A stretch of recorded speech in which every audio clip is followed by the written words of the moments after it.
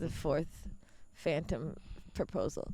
Oh my God. So when you do it for real, you really better bring the heat. I'm in the episode there. Just let you know.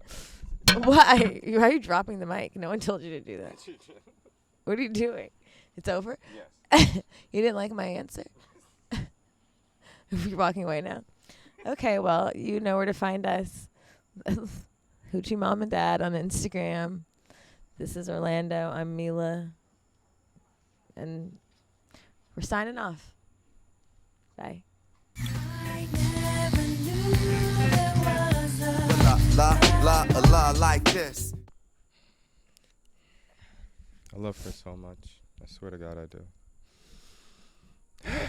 You have mango on your face. Where? You just gonna let me rock out with mango on my face? Well, that's what you get for talking shit. Well, I was cutting mango for you. Yeah, okay, well. What? Okay. You're annoying. What's good, y'all? Welcome to our final episode out here in the jungle, on our final day out here in the jungle. We are once again in Costa Rica. I am the big, big, bad bitch, Orlando Roy, with my lovely wife, Jamilah Map. Hi, baby. How are you? I'm great. What? Did I upset you today? It's our last day. Let's make it good. Okay. You're just so annoying. What did I do? I didn't do anything. Just do annoying stuff. It is our final day here in Costa Rica after our month-long family trip. I have become accustomed to the air, to the moisture, to the land, to the jungle. I feel great here. I don't know how it's gonna feel. What's the word when you have to get back into things? Readjusting. Yeah. To LA life. Integrating. I'm not looking forward to integrating back into big city life, but here we are. I love my time here in Costa Rica, and don't want to go. How are you feeling about it, babe? Yeah, I'm not ready to go. I'm feeling very reluctant, but I know I have to go back, so I'm trying to just look forward to it instead of dreading it. But once I asked Erica, like when we first came out here, I was like, I wonder if we moved out here, would then I'd be bored? No, I won't. I was just fine. Not at all. Yeah, I'm ready to get out of LA. Yeah, I love it. The beach being right there, not paying for parking. I'm not looking forward to thinking about. I mean, but one day you're gonna miss valet. No, I don't. No. Everything I need to get to doesn't even require valet. When you think about it, I literally park up right next. LA. No, I'm talking about I'm not gonna miss LA because I'll be here because I'll never need valet. No, I'm such an LA girl. But about valet. Right. Like, why are we thinking about valet in the jungle? I'm just saying. You literally park up next to the road and walk into the restaurant. There's balance. But yeah, after this month-long trip, how's your mental health, love? It's good. I feel clear. I feel relaxed. I feel motivated and inspired to do whatever the fuck it takes to be able to be here permanently. Mm-hmm. And or at least be here longer than I'm in the States. Yeah. And I hope y'all are watching us on YouTube too, because that buzzing doesn't feel good, does it? The flies and the bugs are bugging today. There's this big ass fucking spider that put up an overnight 2-hour web that's fucking huge in our crib. But love the jungle. I love it here. Nah, I'm just joking. I do love it here, regardless of all the bugs. I was going to say, I hope y'all are watching us on YouTube, because the first episode of this 4-part series in Costa Rica, that video didn't work out too amazing. But since then, y'all are able to see one of the cameras, the memory cards weren't working, so I only had one angle, and that angle was like kind of bright because I couldn't get the right lighting because we're inside and then we were trying to show outside. That's not the point. You didn't share any of this with me. YouTube, you saw it. Anyway, youtube.com/lovelikethis, and go see our epic visuals and the jungle and the background and the nature that we've been recording in. And honestly, I think that, we make enough, make a living off podcasting, then we can actually just be out here recording like this. in the jungle with these visuals. Well, we have a lot of more podcasting to do then. Or you just hit big real soon. We're gonna hit big real soon. Okay, because this is the gold rush. But it is nice to just talk to you in the jungle. It's more easeful. It's more peaceful. Natural lighting. Like, it's beautiful out here, and I love it. And getting content out here with you is just fun. And to just talk to you in a very beautiful place has been enjoyable. And I love you. I love you too. You're so cute. Me? Yeah, I mean, you could podcast anywhere. I'd rather do it outside. Yeah. You want to get married here? Maybe. Yeah, we've been talking about marriage a lot lately. I think we could do it out here. How did you just go from the jungle to marriage? We're gonna get married in the jungle. Oh, okay, right. Maybe. Do you think you can hear that banging in the back? It's the jungle, baby. I hope they can hear everything. They need to get these effects. You know, the thing about the jungle is you have to chop wood. That's somebody chopping wood. Oh, okay. And hammering and building stuff. What? What? I mean, like people, it's very natural and normal for people to be doing carpentry, like just around in here and banging and stuff. It's not like construction work where you're hearing heavy machinery. You're actually hearing hammer to nail to wood. I've heard some fucking, not here in this house, but I've been, they're building here though. That's why we're not telling anyone where we're at, so people can stop migrating to our future home as soon as we hit big in podcasting. We're gonna get us a wedding, a calypso band, and a big house in the jungle. Oh yes, our guy telling us that he gonna play calypso for us on the beach. One guy tells Orlando he's gonna play calypso at our wedding, and now he wants to have a wedding here. I was like, you know what? That's not a bad idea. No, really, it's not a bad idea. Like calypso playing, reggae music playing on a beach, you in your lingerie wedding dress. It's gonna be some type of lingerie addition to it. Why would you call my wedding dress a lingerie wedding dress? You're gonna have some kind of lace lingerie wedding dress. So I can see it happening with a long train. Yeah. Pretty much. Yeah. Yeah, and we could do it on the beach, and then we could party. The food's gonna be good. The drinks are gonna be amazing. We know everybody in town because you're a superstar out here. I'm so happy you have such a clear visual. Oh, what you said? You're a big fish in a little pond. I'm a Puerto superstar. You're a Puerto superstar. Well, baby. I'm popular. I'm famous in Puerto. Because remember Marriage and Martinis I don't know if they told me and Erica that they're famous in Malaysia.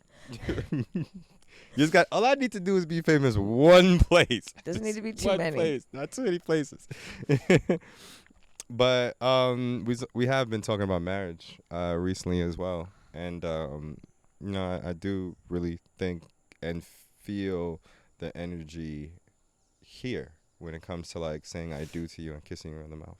In the mouth. Kissing you in the mouth is important when it comes to marriage. Why would you say it like that? Like you don't kiss me in the mouth every day. I like saying it out loud. I want to kiss you on the mouth. Can I kiss you on the mouth right now? What is this? You're so strange. We said we're gonna get married in Mexico, and then we said we're gonna get married in Bali, and now we're in Costa Rica. And then last week we said we're gonna get eloped. Well, we can get eloped, do a ceremony in Costa Rica, and then when time permits, we can hit Bali, and we can renew our vows in Bacalar. Oh, so happy you have it all planned out. Maybe I'm a thinker. Thank you for be thinking. providing Somebody's the got to think in thoughts. this relationship. Appreciate that. Being the thinker in the relationship. God bless your soul. Mm-hmm. But yeah, with all this marriage talk and this family talk, I don't think I want to get eloped. This is your idea. I know, but I think I want to do it right. You want to do it right? Well, elope is not doing it wrong. Baby, we can do it. Take your time. Do it right. You can do it, baby. Do it tonight. That's the right song for these 80s pants you got me. These 70s flare-out pants. I love these, though. Thank you for the new closet. You're welcome. If you don't like how your man dresses, just fix it. Mm-hmm. My baby went to a special store and got me some things, and I just threw it together for her. She went to UO. Y'all don't know about that, though. She went to that UO. Shut up. But I'm a stylist. You are a stylist, a dressist, dressing people up. I love you. I love you too. I had to buy you things, all things that match, so you couldn't fuck it up. Can we not like a toddler? Can we not go off track of what we're talking sorry. about? Marriage. You don't want to elope. I thought we were talking about. Okay. I don't know. Does that take away from the actual the real thing? The ceremony? Yeah. What is it about it that makes you feel like it takes away or gives more? Or what is it? I don't know. Because you were for the eloping. I know. I don't know. Women get told that, a wedding is a big deal. And that everybody should be there and you should wear white and all those things. Yeah, but how does it feel to you? How does the wedding and the ceremony feel to you? I want it. You want that? Mm-hmm. What is it about it that you want? Like, I want to look pretty and wear a dress mm-hmm. and have flowers. We can't do that while eloping? Yeah.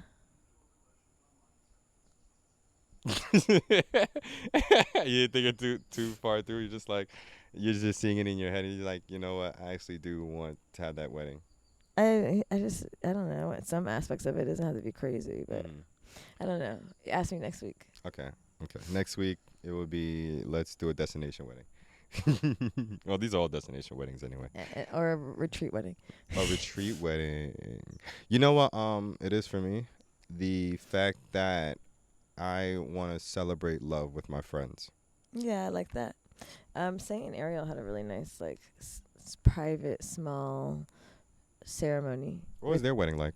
I think they had thrown like a secret festival on their land in Minnesota or one of those fucking places, Montana. Mm-hmm. And while the festival was going on, 6 of their closest friends who represented their parts of long-term relationships that they admired came to the back of the property and witnessed the ceremony. And I think they covered each other in blue and red, like fire and water, the elements, and the 6 couples gathered around them, and I guess gave them marital advice or something. I might be making up some of this, but it was a few couples that they admired, that they wanted to feel supported in their marriage as they stepped into this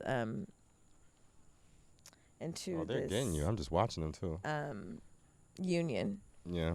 That's beautiful. It was really beautiful. And then they came out and told everybody at the festival they got married, and the whole festival was like, Obviously, this is some white people shit. Because who's just says, "Oh, we're gonna have a festival in our backyard. It's gonna be fun." I hope no. We're always talking about them and saying white people shit. I hope none of their white friends say they're always talking about you and your white people shit. It's out of love. They do some fire things that is something you want to repeat or take into consideration for your own.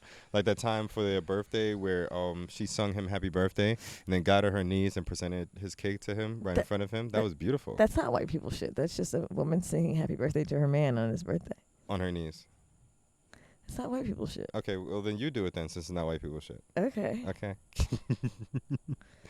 The point is that even a ceremony can be whatever you decide.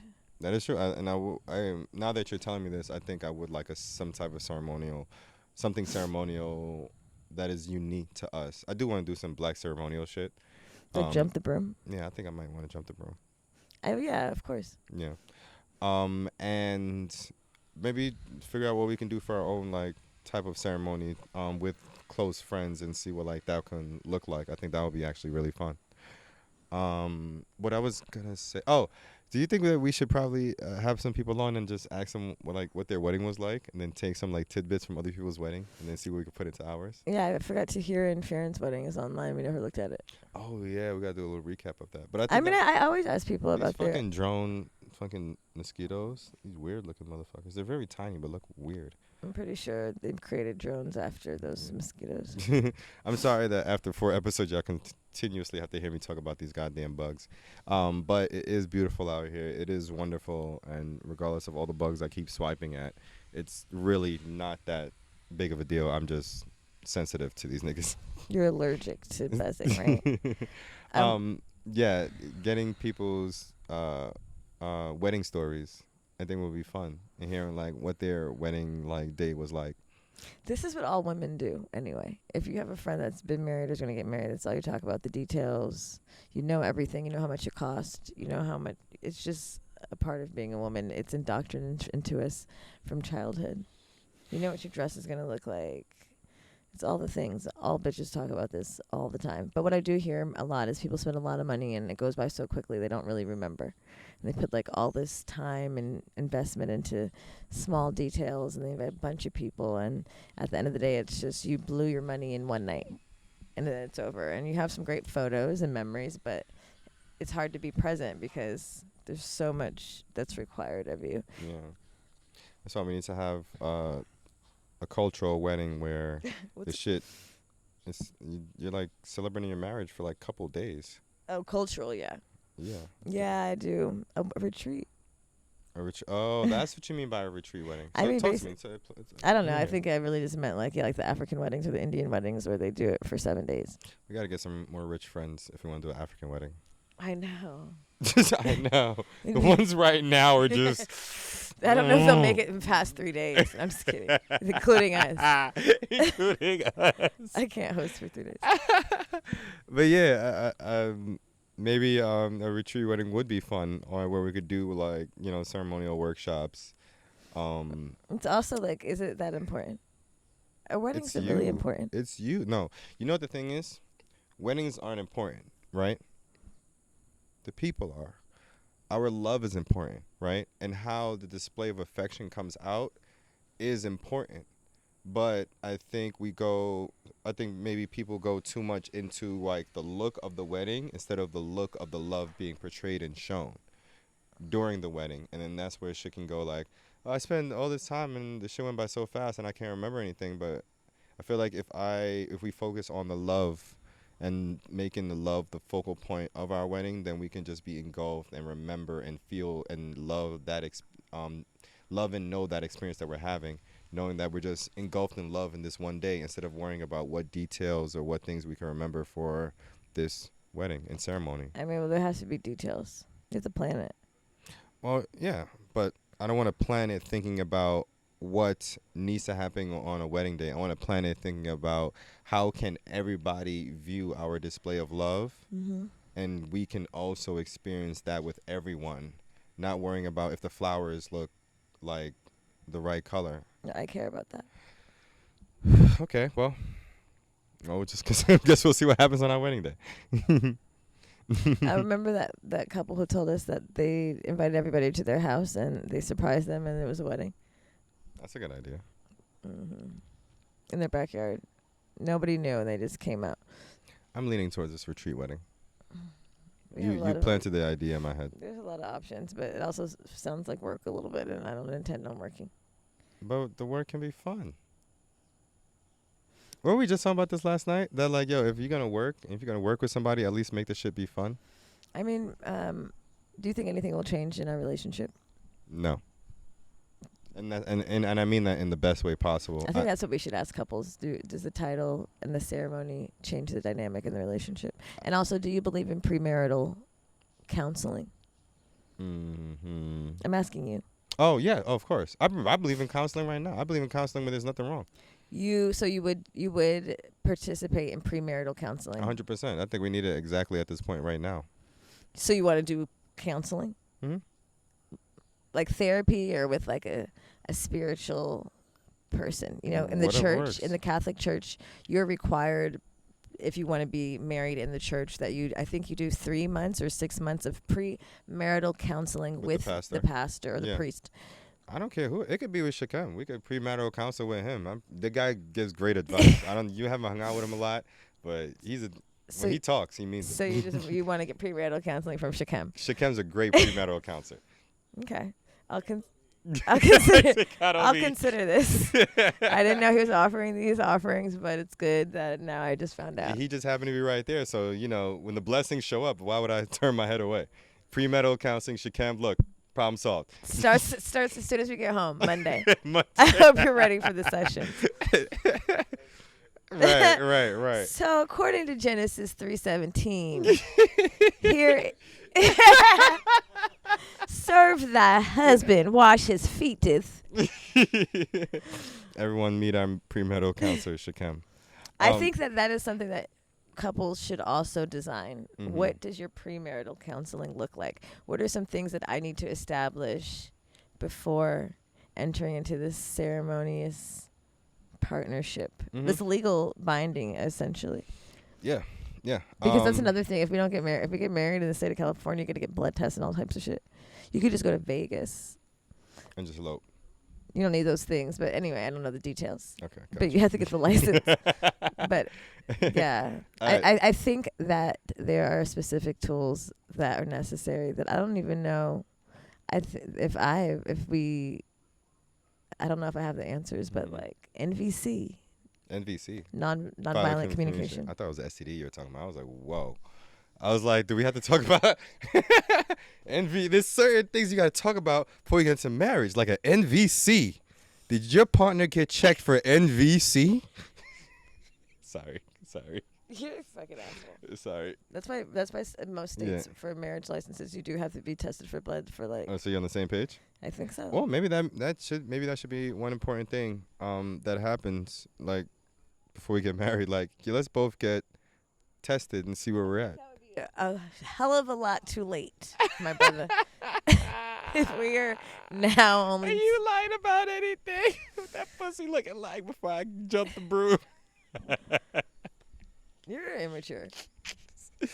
Sorry. You're a fucking child. Sorry. What I was gonna say is it's important to have. I think it's important to have marriage counseling way before marriage, but definitely for marriage, because it's important to have certain conversation, not only tools but conversations before you even go down the aisle, because God fucking flies. Because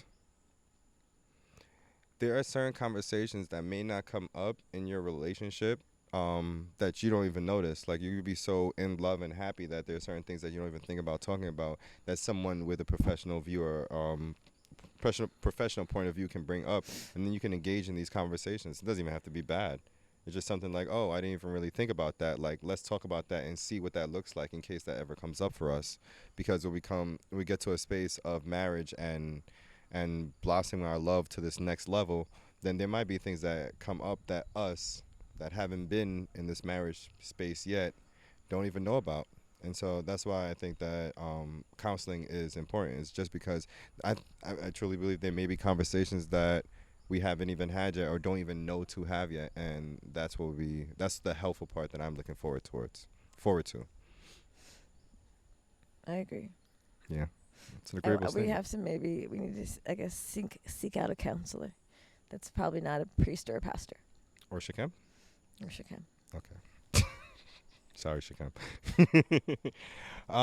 Well, I think we got it all down. We got our locations, ideas down. We got our I don't know if we have anything down. That was about 5 locations. No, we have options. I don't mean like we've like decided anything. I mean, like, we have some location ideas, right? We have the people. So like me and you, we're gonna get married to each other, right? That's important. Check. we got checked.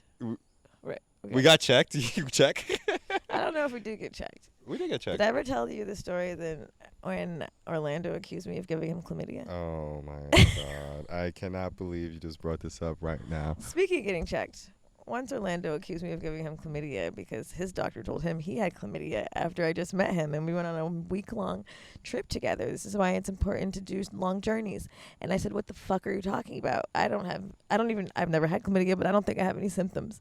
And he said, it's okay. And he was trying to coerce me and manipulate me into making him feel like he was so kind because he was accepting me because I gave him chlamydia, which was not true. You got checked. And so I was stressed out, and I went to the clinic. And then 2 days later, they called me and said the test came out negative after I took chlamydia medicine. And I fucking called this asshole and was like, yeah, you're fucking wrong. Because he was like, actually, I got checked before we went to Mexico, and I got checked as soon as I got back. So it's definitely you. And I was like, why would you get checked before and after? Like, I was the problem. Second of all, you bitch ass nigga. Not you bitch ass nigga. He also was seeing someone else and was like, he was like, I can't tell her this. I was like, he was like trying to save me, but shame me. But like, I was never shaming you. It's like, it happens to all of us. I was like, well, it's never happened to me. And after the clinic called me and said no, I called him like, what the fuck are you talking about? And he's like, oh, probably just a false negative. A false positive. Like, or whatever, like fucking COVID. You know, I don't know how we made it this far, because that should have been red flag 1 amongst many. That was not my proudest moment. Acting like, oh, oops. Like, oh, oops. Like, what the fuck are you talking about? So then he said he didn't have it, which obviously he did, and he was trying to cover his ass. So, I never got chlamydia, by the way. So nor have I ever had it. No shame. I just, if someone tries to accuse you of giving them something and you know that that is not fucking true, fight back.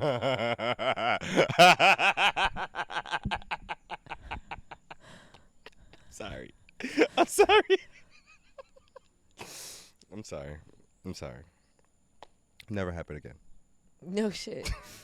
So, we're checked. Got a location. Maybe a retreat ceremony, maybe something of the sort. We got that down.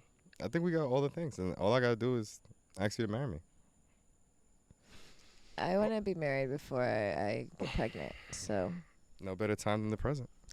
I won't be removing any IUDs until then. Get these mosquitoes out the way first before I pop the question. Mila. I saw it. Mila. What's my middle name? I don't want to say it on record. Why? I thought it'd be a bad thing. Why? Give your whole government out there like that. I'm pretty sure you could Google it or something. Okay, Mila. I saw the map. With your beautiful brown eyes, your wonderful gap teeth, your tiny, shaped, full, sexy body, your immaculate sex appeal, your huge, intelligent brain in that tiny head. I don't know how it all fits. You are the most beautiful woman I've ever seen in my life. And on one knee right now in the jungle, these are good pants. I can't put the knee on the grass. Just don't look at the knee. I want to let you know that I love you. Thank you. And you are literally, without a doubt, the greatest woman I've ever met in my life. You're everything to me. My heaven, my earth. You're my universe. You're my sun, my moon. And I truly mean that. I love you. I'm happy to go to sleep next to you every night. And the best part is that I get to wake up next to you every morning. I don't want anyone else but you.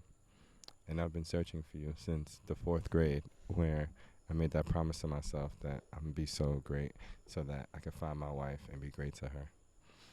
And it's brought me to this moment right now where I want to ask you, Mila Map, I love you, I cherish you, and I care about you, and I want to do it forever. Will you marry me? Yes, I will.